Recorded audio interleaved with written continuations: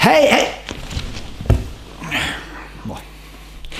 Bonjour à tous, j'espère que vous allez bien, que vous avez passé un bon week-end. On se retrouve pour la suite de nos cours en vidéo, direction l'Amérique centrale, l'Amérique du Sud également, pour parler de Cortés, Pizarro et des empires Inca et Aztèques. C'est là où on en était resté.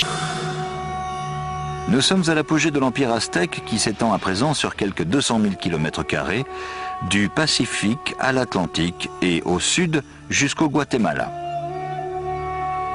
L'Empire aztèque compte 25 millions de sujets. 38 provinces comprenant d'innombrables cités-États versent un lourd tribut au pouvoir. L'empereur et les nobles sont fabuleusement riches. La cité s'étendait à perte de vue et se reflétait dans ses canaux et ses lacs, couronnés d'arbres et de demeures magnifiques. Et Moctezuma II régnait en maître absolu. Il était connu pour ses qualités d'homme d'État et de chef militaire. Cruel, il massacrait la population des villes qui lui résistaient. Mais c'était un être tourmenté. Moctezuma était un homme passif, peut-être bien dépressif. D'après la légende, il vit un soir une comète zébrer le ciel de Tenochtitlan et passa le reste de la nuit en pleurs.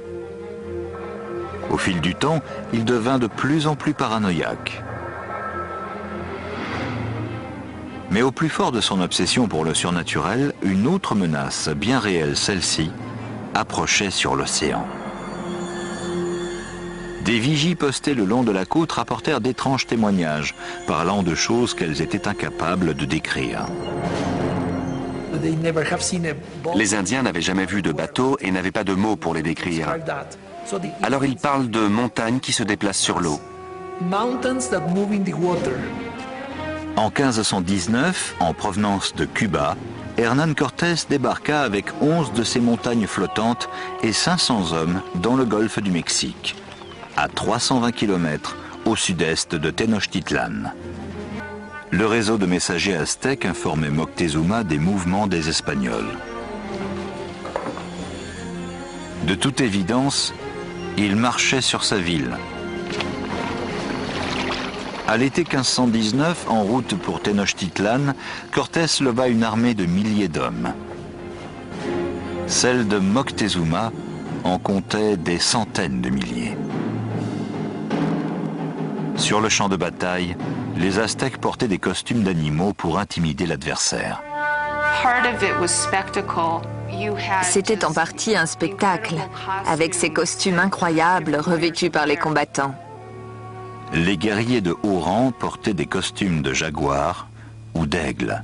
Je vous avais d'ailleurs donné du travail à faire. Vous aviez à travailler sur des études de documents, un texte, un plan de la ville de Tenochtitlan, et il y avait des questions à faire et à remplir. On va faire la correction maintenant. J'espère que vous avez fait ça sérieusement. Je vous rappelle que ce document, je ne vous avais pas demandé de le présenter, mais c'est une lettre écrite par Cortés lui-même à Charles Quint en 1519. Donc c'est important, c'est écrit de sa main même, d'Hernán Cortés. Alors qui est ce Hernán Cortés, vous l'avez vu, desperado, un homme sans foi ni loi, en tout cas qui a les dents très longues et qui veut réussir à devenir riche, très riche, grâce à l'or des Aztèques et à ses conquêtes. C'est un aventurier en fait, sans scrupules, c'est vrai. Je vous avais mis sa petite biographie en pièces jointes, vous aurez juste à la découper et la mettre dans votre cours.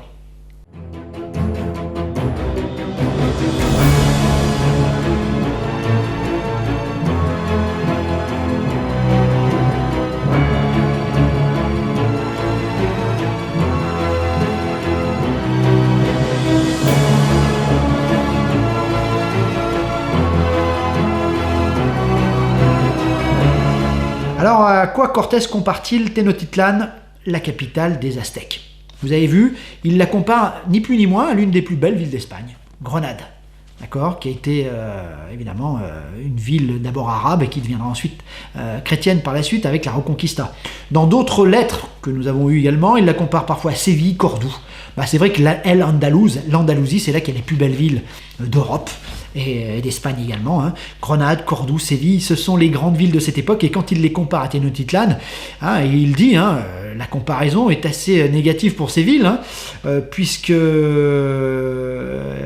avez vu, qu'est-ce qu'elle a de plus, Tenochtitlan? Bah presque tout. Elle est plus grande, elle est mieux fortifiée, elle a des maisons, des édifices et des gens beaucoup plus nombreux, hein, elle est mieux approvisionnée de toutes choses de la terre, autant dire qu'elle les dépasse quasiment en tout. Et c'est vrai que là, alors qu'on pensait que les conquistadors allaient découvrir des peuplades barbares et sous-développées, ils se rendent compte qu'ils sont face à des civilisations millénaires extrêmement importantes, hein, c'est 25 millions d'habitants, etc. C'est énorme, une organisation sans faille, des soldats, des administrations, des palais fabuleux, des temples extraordinaires, ils en prennent plein la vue. La première rencontre entre Cortés et Moctezuma fut pacifique. Mais le conquistador savait qu'un affrontement sanglant entre le vieux et le nouveau monde aurait bientôt lieu. Nous sommes à l'automne 1519. Le conquistador Hernán Cortés a enfin atteint la flamboyante capitale aztèque dont on lui a tant parlé, Tenochtitlan. Quand les Espagnols ont découvert la ville, ils ont eu l'impression d'être devant un mirage ou dans un rêve.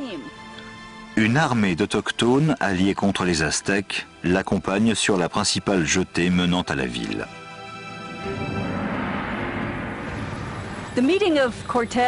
La rencontre de Moctezuma et de Cortés sur la jetée a dû être un grand événement historique.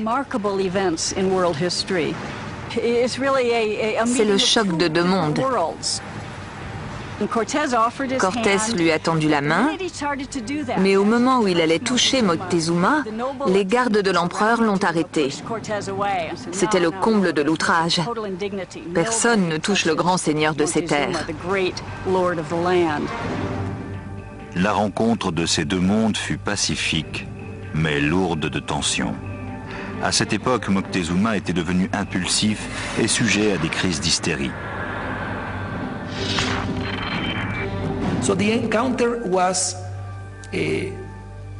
La rencontre a surtout consisté à évaluer les forces en présence. Mais les diplomates et guerriers aztèques étaient bien naïfs face à la ruse des Européens. Moctezuma invita les Espagnols dans l'un de ses palais, ce qui allait s'avérer une erreur fatale. Quand les Espagnols entrèrent dans la ville, ils furent si émerveillés qu'ils crurent rêver.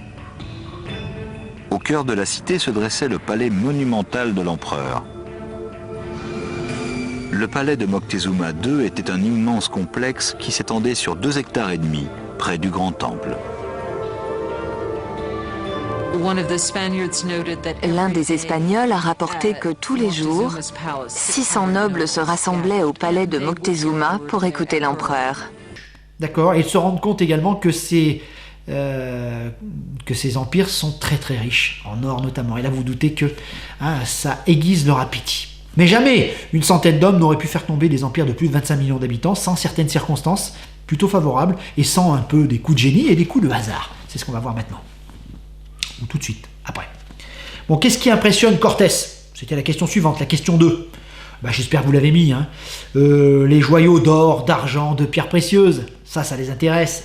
Le temple principal également, dont nulle langue humaine ne peut dire la grandeur et la beauté. Oh. Sous le règne d'Ahuitzotl, avec l'Empire à son apogée, les Aztèques se lancèrent dans leur plus grand projet de construction, une gigantesque pyramide au centre même de Tenochtitlan, symbole de leur pouvoir absolu. C'est le Templo Mayor, ou Grand Temple. À sa base, la pyramide mesurait 73 mètres par 90 et elle se dressait jusqu'à l'équivalent de 15 étages. Au moins 117 marches, réparties sur 2 escaliers et s'élevant jusqu'à 60 mètres, conduisaient à des sanctuaires jumeaux respectivement dédiés aux dieux de la pluie et de la guerre. La construction du temple se fit en 7 étapes depuis 1325, date de fondation de la cité. L'empire grandissait en même temps que l'édifice, chaque bâtiment venant se superposer au précédent. Le Templo Mayor a été construit avec des pierres appelées tessontle, c'est-à-dire des pierres volcaniques très légères, afin d'éviter le tassement de l'édifice. Pour le sol et les murs, les Aztèques utilisèrent un matériau qui était une sorte de béton. Certains éléments retrouvés aujourd'hui sont aussi durs que le béton actuel, même au bout de 500 ans. Il fallut aux Aztèques des décennies pour achever leur monument aux dieux. Il est si vaste qu'on pourrait y installer carrément une ville à l'intérieur de 1500 habitants. Bon, aujourd'hui, c'est plus un village qu'une ville, 1500 habitants, mais c'est pour vous dire quand même, ils sont surpris par la grandeur des monuments, ils sont surpris par la richesse également de cet empire. La question 3. Alors, qu'est-ce que cette cité de Tenochtitlan a-t-elle de remarquable et d'original dans sa situation et dans son organisation? J'espère que vous l'avez noté. C'est une ville lacustre d'abord, au milieu d'un lac, entre lagune et terre ferme. Elle est perchée à 2200 mètres d'altitude, ça aussi c'est étonnant. Une cité entrecoupée de canaux, une forme circulaire si vous regardez bien, avec en son centre le fameux temple dont on vient de parler. Bon, à quoi on pourrait, et forcément on n'a pas manqué une lagune, une cité un peu lacustre, Venise est également une cité lacustre, une cité importante, une cité rayonnante. Et on la compare également à Venise, pourquoi pas. Se trouvait sur le lac Texcoco, le plus grand des 5 lacs situés dans l'immense vallée de l'Anahuac. Cette vaste vallée, jadis déserte, accueille aujourd'hui l'une des plus grandes métropoles du monde, Mexico. Mais il y a 700 ans, l'île était si marécageuse que personne ne se l'était appropriée. Alors qu'il regardait le lac, le chef aztèque Tenoch aperçut un aigle dévorant un serpent perché sur un cactus. C'était un signe divin. Ils avaient trouvé leur terre promise. Les îles marécageuses où ils vivaient demandaient un lourd travail. La terre n'était pas faite pour la construction. Il n'y avait pas de fondations sur lesquelles bâtir. La solution des Aztèques allait révolutionner l'architecture des Amériques.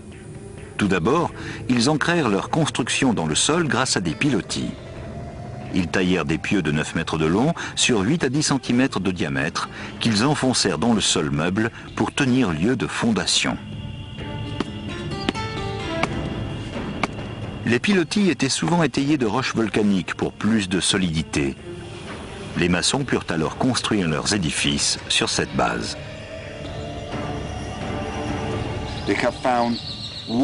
Ils ont utilisé des pilotis pour soutenir l'infrastructure qui ne s'est pas enfoncée et n'a pas basculé. C'est une vraie prouesse technique. Tenochtitlan était une île, mais le lac environnant n'avait guère de profondeur, parfois juste 2 mètres. L'ensemble constituait une cité géante flottant sur une lagune. À l'origine, le seul moyen de se rendre sur la terre ferme était le bateau.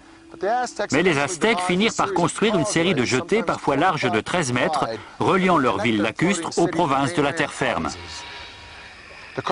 Les jetées reposaient sur des pilotis aussi solides que ceux servant aux fondations des temples. Par milliers, on les enfonçait au plus profond du lac, un défi logistique qui ne pouvait être relevé que par une main-d'œuvre bien formée et les meilleurs ingénieurs de Mésoamérique. Pour construire une jetée, 2 rangées de pieux étaient alignées. L'espace entre eux était comblé avec des pierres et de la terre jusqu'à atteindre plusieurs mètres au-dessus du niveau de l'eau.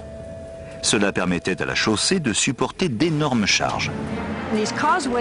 Ces jetées étaient rectilignes, très larges, avec des ponts-levis, et elles reliaient la cité avec le nord, l'ouest et le sud. Grâce à ces routes, les Aztèques transportaient des charges plus grandes destinées à la construction.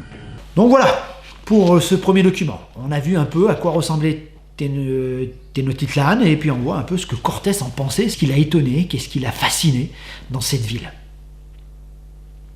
Ensuite, la fiche 1. Là, on a changé, on a un texte de Del Castillo, d'accord, et on va parler plus précisément de la richesse, oula, c'est dur à dire, commerciale de la capitale aztèque.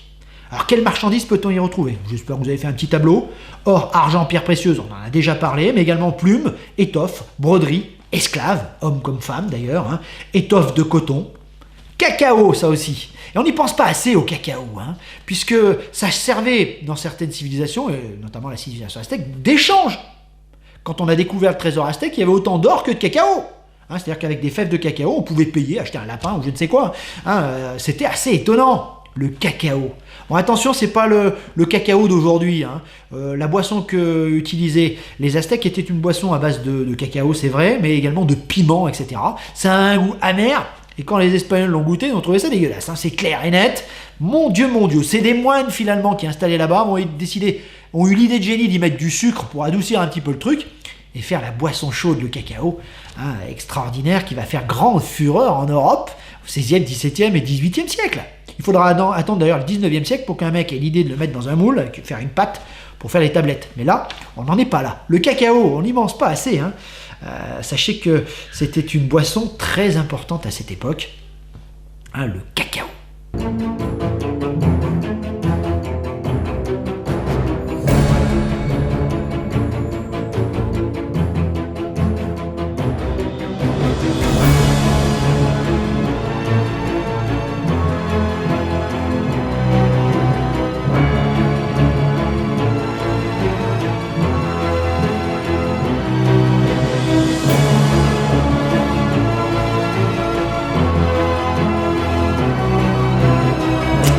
Je rajouterai également les poteries, c'est ce qui est dit à la fin.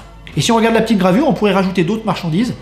Hein, sur le dessin, on voit bien des espèces d'oiseaux noirs. Alors qu'est-ce que c'est?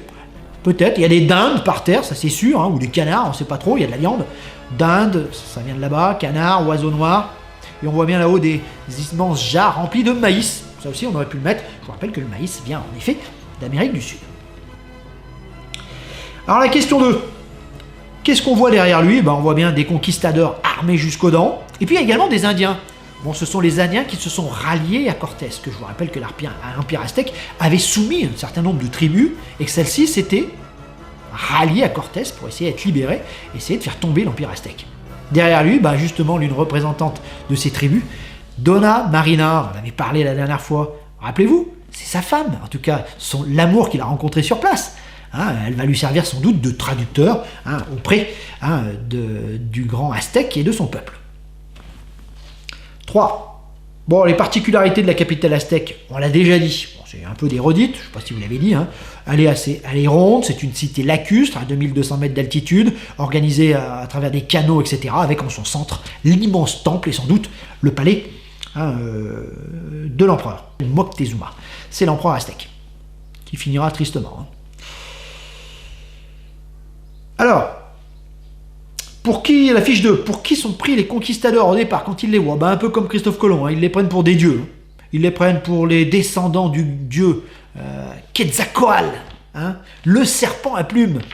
Alors c'est vrai que ils ont la foudre qui sort de leurs mains, ils sont montés sur des bêtes farouches, vous avez vu? Au bout d'un moment, ils se disent, bon, c'est peut-être des cerfs, hein, qu'on a plus ou moins domestiqués. Bon, ils n'avaient jamais vu de cheval, hein, bon, forcément. Alors, qu'est-ce qui intéresse Cortés? Bon, on vient de le voir. Hein. L'or, l'argent, les pierres précieuses, vous en doutez, c'est une évidence. L'or, la soif de l'or. Et qui est toujours à ses côtés? Encore Dona Marina. Décidément, cette femme a joué un très grand rôle dans la conquête de Cortés. C'est indispensable, femme. Derrière chaque grand homme, je vous l'ai déjà fait, non? Se cache une femme, et là, c'est Dona Marina. En 1519, en provenance de Cuba, Hernán Cortés débarqua avec 11 de ses montagnes flottantes et 500 hommes dans le golfe du Mexique, à 320 km au sud-est de Tenochtitlan.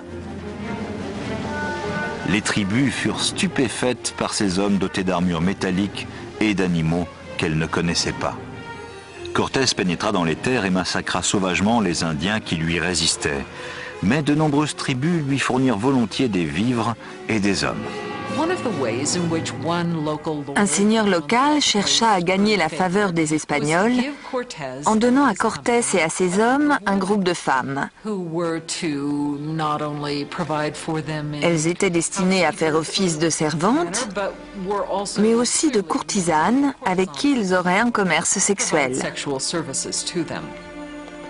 L'une de ces femmes retint plus particulièrement l'attention de Cortés. C'était la fille d'un chef de tribu qui avait été vendu comme esclave. Elle s'appelait la Malinche. Ils ont eu des relations intimes et elle a fini par lui donner un fils, un des premiers métis du Nouveau Monde. Mais Malinche était bien plus qu'une simple maîtresse. Elle devint l'interprète, puis la conseillère de Cortés, et lui servit d'intermédiaire avec les Aztèques.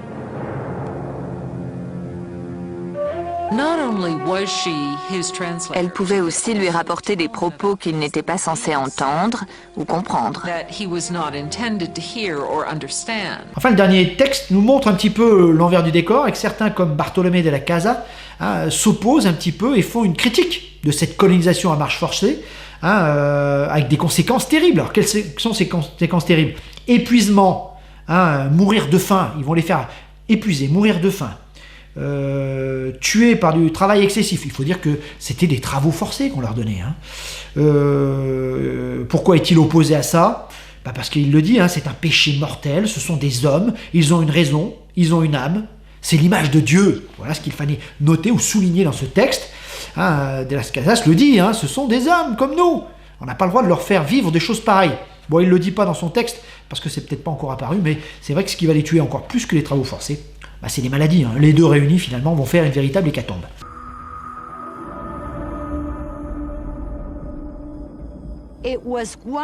C'était l'un des plus grands empires du Nouveau Monde.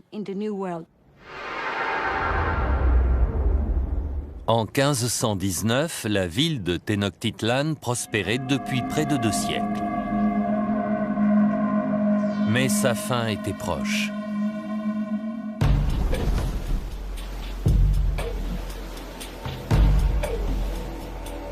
Cortés, le conquistador espagnol, venait d'accoster avec une armée de moins de 1000 hommes sur le site actuel de Veracruz, sur les côtes du golfe du Mexique.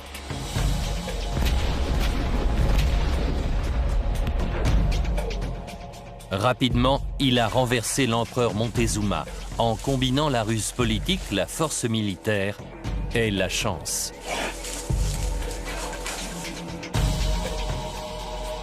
Sa victoire a marqué le début du déclin dramatique des Aztèques.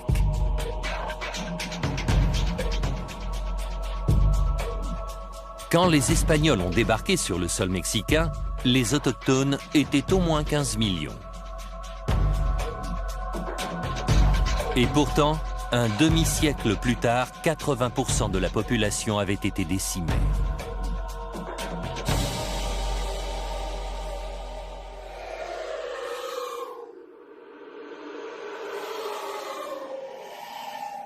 Une découverte faite en 2004 a livré de nouveaux indices sur les raisons de la disparition des Aztèques. Oaxaca, à près de 500 km au sud-est de Mexico. Les archéologues ont mis au jour les corps de quelques 2000 Aztèques enterrés dans une sépulture improvisée. Ils sont vraisemblablement morts dans les années qui ont suivi l'arrivée des conquistadors. Noreen Turos, ostéo-archéologue à l'université de Harvard, mène l'enquête sur cette antique affaire. Elle commence par éliminer une hypothèse évidente. Une attaque militaire par les forces espagnoles. Sur un champ de bataille, il y a toujours des lésions traumatiques associées au combat. On constate alors des marques sur les squelettes. Or là, il n'y en a pas. Elle exclut également la famine comme cause de décès. C'est l'autre hypothèse qui vient à l'esprit. On pense que cette hécatombe est due à la faim, mais il n'y a aucune preuve dans ce sens. Au contraire, ils semblaient bien nourris. Les premières constatations sont déroutantes. De nombreuses victimes sont jeunes. Elles semblent en forme, en bonne santé et bien nourries. Et pourtant, quelques 2000 Aztèques ont été inhumés à la hâte dans une fosse commune.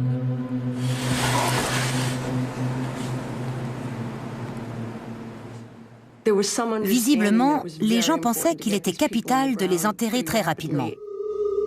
Pour la chercheuse, une conclusion s'impose. On peut supposer qu'ils sont morts de maladie. Le diagnostic posé par Noreen Turos semble conforter ce que nous disent les livres d'histoire. La thèse officielle est que les conquistadors sont arrivés avec une arme bien plus redoutable que leurs mousquets et leur habileté politique. Les maladies du vieux continent. La rougeole, le typhus, la variole étaient courantes en Europe, mais inconnues en Amérique. Le système immunitaire des Aztèques ne pouvait pas combattre ces maladies étrangères. En conséquence de quoi, ils seraient morts par millions. Ce qui va faire que les Espagnols vont être obligés de trouver des esclaves ailleurs, les esclaves africains. Ce qui va faire évidemment complètement chambouler l'histoire du monde, de l'Afrique comme de l'Amérique d'ailleurs. Donc voilà, pour nos petites études de documents. Alors, on y est, ça y est, on va pouvoir reprendre la suite de notre récit. Cortés est en marche vers Tenochtitlan, la capitale de l'Empire aztèque, où il est invité. Et on vient de voir à travers les textes qu'est-ce qui les impressionne, qu'est-ce qui véritablement les fait complètement chavirer, et qu'est-ce qui les attire énormément, hein, l'or et l'argent. L'empereur Moctezuma leur a déjà proposé à Cortés, plutôt qu'une bataille, etc., il leur a proposé des tribus, il leur a proposé de l'argent pour arrêter ça. Cortés a refusé. Et finalement, les deux vont voir que bon, ils n'ont rien à gagner dans cette affaire, et ils vont décider de se rencontrer. Moctezuma invite Cortés à Tenochtitlan, dans son palais. Il pense que cette poignée d'hommes au milieu de son empire, avec ses milliers de soldats, il ne craint rien. Il a tort. La première rencontre entre Cortés et Moctezuma fut pacifique.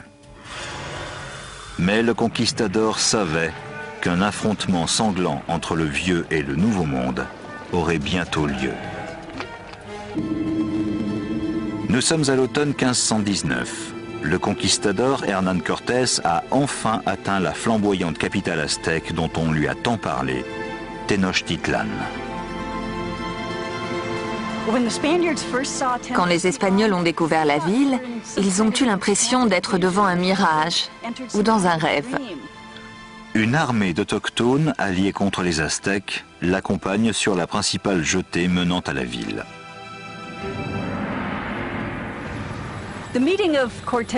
La rencontre de Moctezuma et de Cortés sur la jetée a dû être un grand événement historique. C'est le choc de deux mondes. Cortés lui a tendu la main, mais au moment où il allait toucher Moctezuma, les gardes de l'empereur l'ont arrêté. C'était le comble de l'outrage. Personne ne touche le grand seigneur de ces terres. La rencontre de ces deux mondes fut pacifique, mais lourde de tensions. À cette époque, Moctezuma était devenu impulsif et sujet à des crises d'hystérie.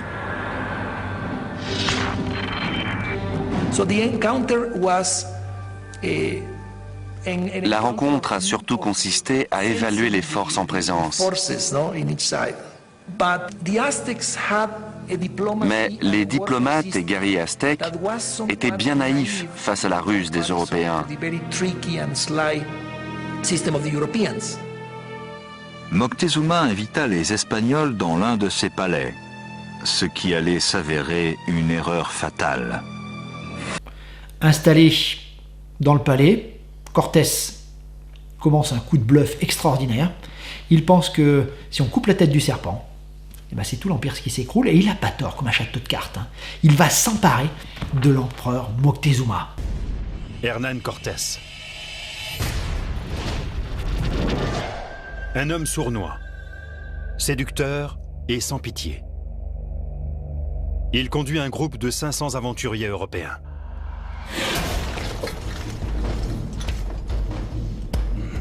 Cortés était un manipulateur de génie et un homme très rusé. Il savait convaincre ses hommes de faire tout ce qu'ils voulaient. Et bien entendu, comme lui, ses hommes voulaient de l'or.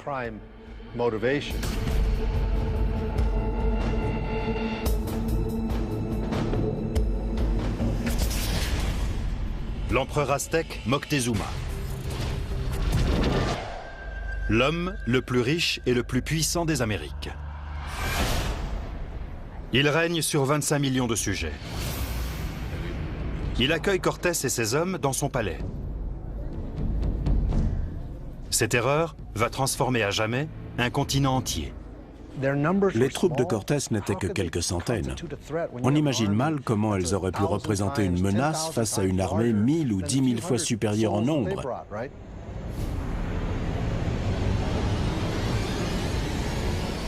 Cortés a un plan.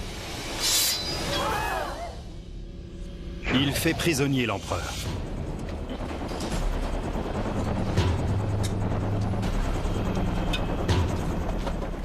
Au cœur de son plan, il y avait l'idée de montrer au peuple aztèque que lui, Cortés, pouvait prendre le contrôle du personnage le plus important de l'Empire.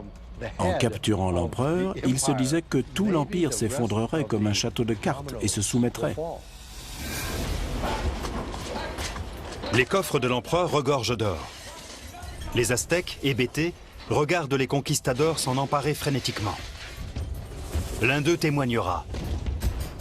On aurait dit des singes se jetant sur des fruits. Ils transpiraient l'avidité. Leur soif d'or en avait fait des porcs affamés. Plusieurs mois passent. Cortés va aller sur la côte, voir Velasquez, un des conquistadors qui vient d'atterrir, pour essayer de récupérer des hommes et revenir en force dans la capitale. Ça va pas se passer comme il l'a prévu, puisqu'en attendant, lors d'un sacrifice humain dont les Aztèques sont évidemment coutumiers, il y a des coups de feu qui sont échangés, il y a un massacre qui se perpétue, les Espagnols tirent sur la foule, etc. C'est vraiment terrible, c'est une véritable révolte. L'Empire semblait leur appartenir. Moctezuma était toujours le chef officiel de la cité, mais pendant un certain temps, il n'a été que le porte-parole de Cortés. Pendant 6 mois, la tension à l'intérieur des murs de Tenochtitlan monta lentement. Puis, au printemps 1520, les événements se précipitèrent. Un matin, les soldats espagnols interrompirent un sacrifice sacré et massacrèrent l'assistance.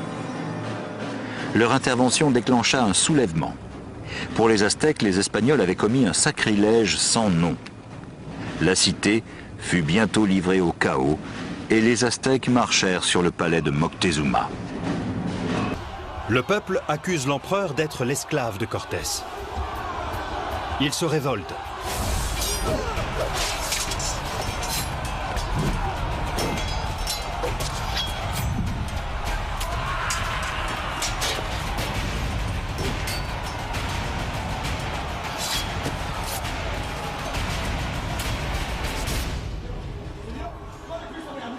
Retranché dans le palais, Cortés prend connaissance de la situation.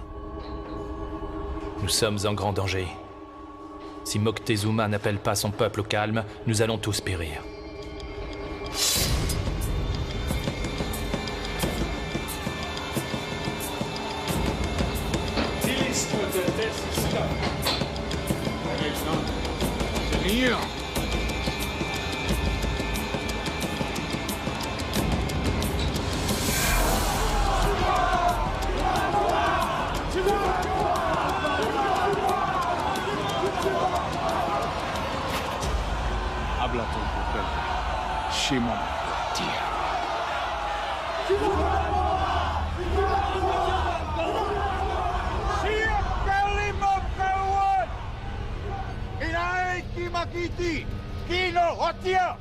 L'empereur déclare à ses sujets que les étrangers sont ses invités et leur demande d'abaisser leurs armes.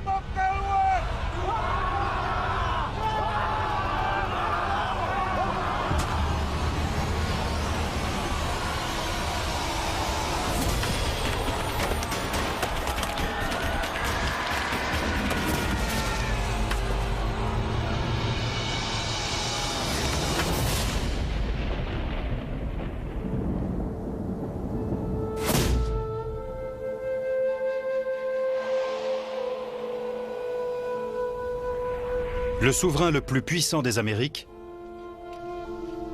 meurt victime de la colère de ses propres sujets.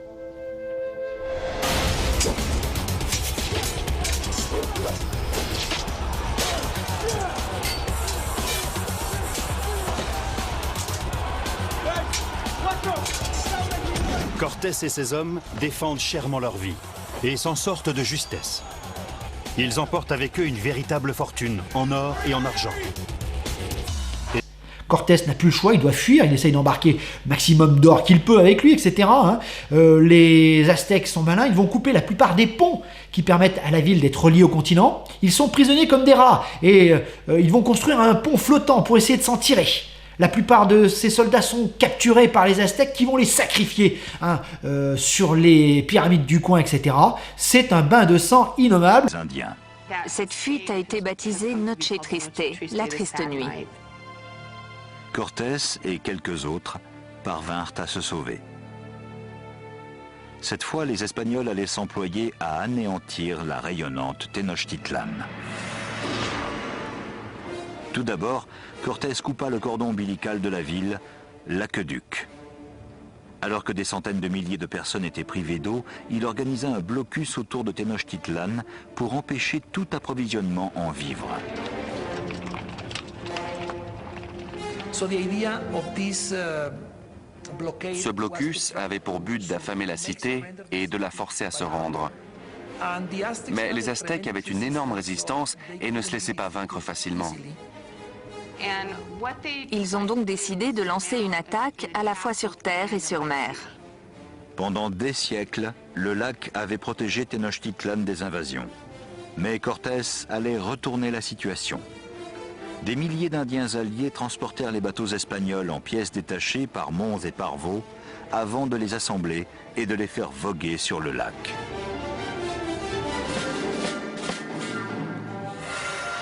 Mai 1521, Cortés lâche ses troupes pour une ultime attaque sur Tenochtitlan. 600 Espagnols, dont 100 cavaliers et plus de 50 000 Indiens, affrontèrent les défenseurs aztèques de la ville sur ces impressionnantes jetées.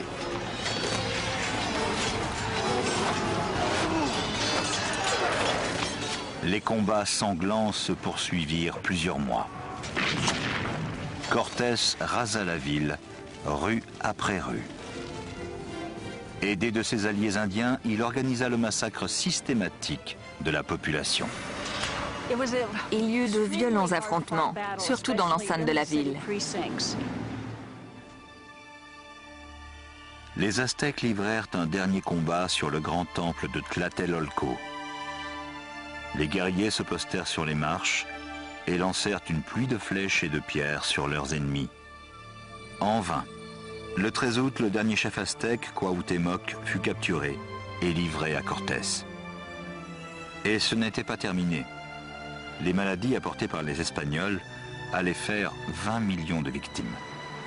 À la fin du XVIe siècle, on estime que la population autochtone avait été réduite de 90%. L'actuel Mexico a été construite sur les décombres de la cité de Tenochtitlan, jadis si majestueuse. Les Espagnols la rasèrent pour y bâtir leur capitale coloniale. Ils utilisèrent même les pierres du Templo Mayor pour édifier leur cathédrale qui se dresse toujours près des ruines du temple. Tout va être emporté. Voilà comment s'écroule un empire, l'empire aztèque, face à une poignée d'hommes seulement. C'est assez étonnant. Et ce n'est pas fini, puisque quelques années plus tard, un autre homme se lance à la conquête d'un autre empire, l'empire Inca cette fois, c'est Pizarre. Il a vu ce que Cortés a fait. Il a vu également que si on capture l'empereur de ces civilisations et de ces grands empires, et bien finalement elle tombe d'elle-même. Donc il décide avec une poignée d'hommes, alors ils sont encore moins nombreux, Pizarre. Il est évidemment fasciné par Cortés, il veut évidemment devenir riche comme lui, et il a un peu plus de chance puisque quand il débarque dans l'empire Inca, qui est énorme, regardez la carte, est en guerre civile. Deux frères s'affrontent pour le pouvoir. D'accord ? Il va traverser la cordillère des Andes, etc., avec ses maigres troupes et ses quelques canons, pour arriver finalement chez Atahualpa, qui est l'empereur, l'un des empereurs, en tout cas l'un des frères de cet empire inca. Une centaine d'hommes contre des millions. Ensuite, les deux hommes vont s'inviter mutuellement, s'offrir des cadeaux, et ils se promettent de venir sans armes. Atahualpa, un peu naïf, vient sans armes. Il a posté plus de 5000 hommes en armes, autour du lieu de rendez-vous. Il pense n'avoir rien à craindre. Bon, alors c'est digne d'un film. Quand Atahualpa arrive, comment ça se passe, on lui fait promettre sur la Bible, il y a un missionnaire qui est là, un chrétien, qui lui fait promettre sur la Bible de se convertir et d'arrêter les massacres humains, etc., etc. Atahualpa lance la Bible à terre, on lui demande également d'abandonner son empire, il dit vous êtes fous, ça va pas, j'ai des millions d'hommes avec moi, je vais pas capituler devant une centaine. Finalement, il est capturé. Ça va durer des mois, cette affaire là aussi. Pour être libéré, il va proposer aux Espagnols de remplir carrément la pièce du trône qui est dans son palais d'or, carrément la remplir d'or pour pouvoir être libéré. Les Espagnols acceptent, mais évidemment ils vont finalement le juger et l'éliminer, lui aussi. D'accord ? La pièce d'or d'ailleurs, la grande chambre d'or ne sera pas complètement remplie. Il y a pas mal de trésors qui ont été en route pour cette chambre, et quand on a su que l'empereur Inca était mort, on a arrêté l'approvisionnement, et certains pensent que ce trésor est encore quelque part dans les montagnes de l'Équateur. On ne le saura jamais, mais en tout cas c'est l'origine des fameuses légendes des cités d'or. Esteban Zia, Tao les cités d'or, eh oui, ça a bercé mon enfance, peut-être la vôtre aussi, mais en tout cas ce trésor Inca perdu a fait vibrer des archéologues amateurs un petit peu partout dans le monde. On l'a recherché avec autant de frénésie que Cortés et Pizarro recherchaient l'or en Amérique du Sud.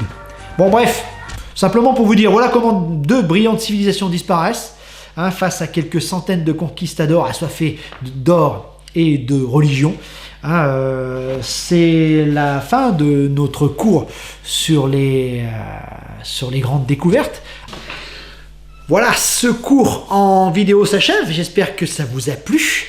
Je mettrai dans contenu de séance la trace écrite pour la prochaine fois, vous l'aurez, vous aurez juste à la découper et la mettre dans votre cours. Trace écrite évidemment sur les grands immenses empires coloniaux, aztèques et incas, une petite trace écrite que je vous mettrai dedans. Je vous mets également quelques petits documents dans les pièces jointes de travail à faire, vous pourrez découper pour décorer votre cahier et pour le rendre plus attractif.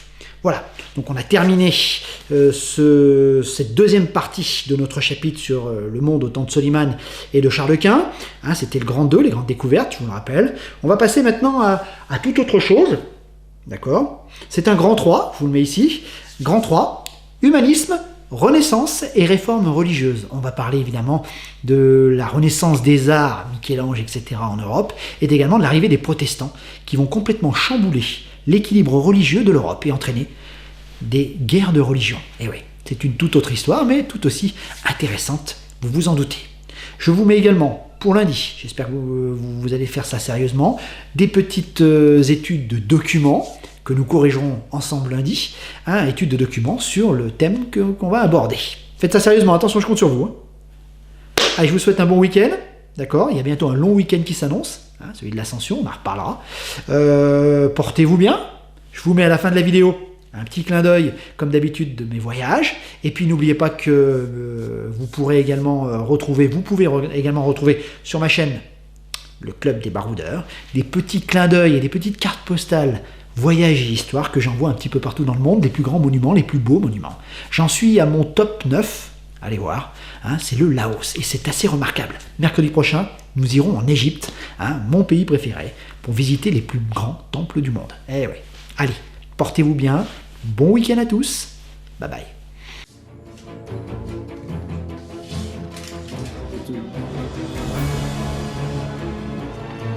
L'hôtel est à l'intérieur d'anciennes écuries. On a fait des petits box, il y a des chambres. Et vous me croirez ou pas, il y a encore les chevaux. Alors celui-là, je rigole, il vient du champ de... Mais lui, il s'impose, il est dans notre cuisine.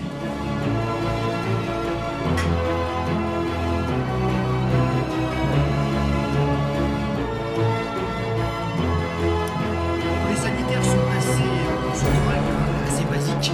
C'est pas le grand luxe, on vous prévient quand même. On est dans une auberge de jeunesse. Il y a une petite cuisine derrière où il y a le cheval, vous avez vu, qui est en train de prendre son petit déjeuner. On peut y faire la cuisine. Il y a des plaques, il y a du gaz. On est bien, il y a des grandes tables, donc ça pourrait convenir très bien au groupe de Zigo, et notamment au grand groupe, puisqu'on peut loger facilement une trentaine de personnes dans le verre. Ce compte cheval glisse un petit peu.